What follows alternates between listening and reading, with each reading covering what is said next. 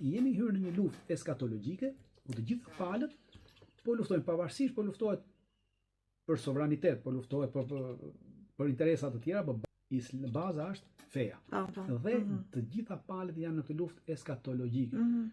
Baza e thellë është eskatologjia fetare 83, këta pjesëmarrës në këtë luftë. Tu hyn eskatologjia dhe eskatologjia merret me disa shenja të caktuara, me disa profeci që janë thënë dhe mundohet të nxjerrë kohën. Unë jam i mendimit që nuk jemi në atë kohë.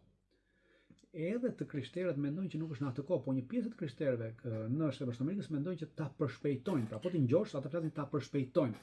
Ne nuk përshpejtojmë se gjithçka është në dorë të Zotit. Pra ne nuk mund ta ndikojmë vendimin e Zotit, nuk ndikojmë ne në vendimarrjen e Zotit. Ne jemi ata që ndikojmë nga vendimarrja e Zotit. Pra këtu kemi kaluar në atë fazën që të zëvendësojmë Zotin.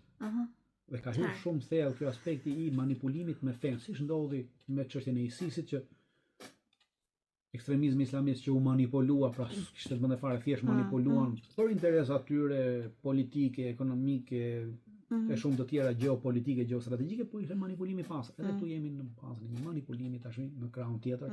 Pra, nuk manipulojnë vetëm muslimanët, manipulojnë edhe krishterët.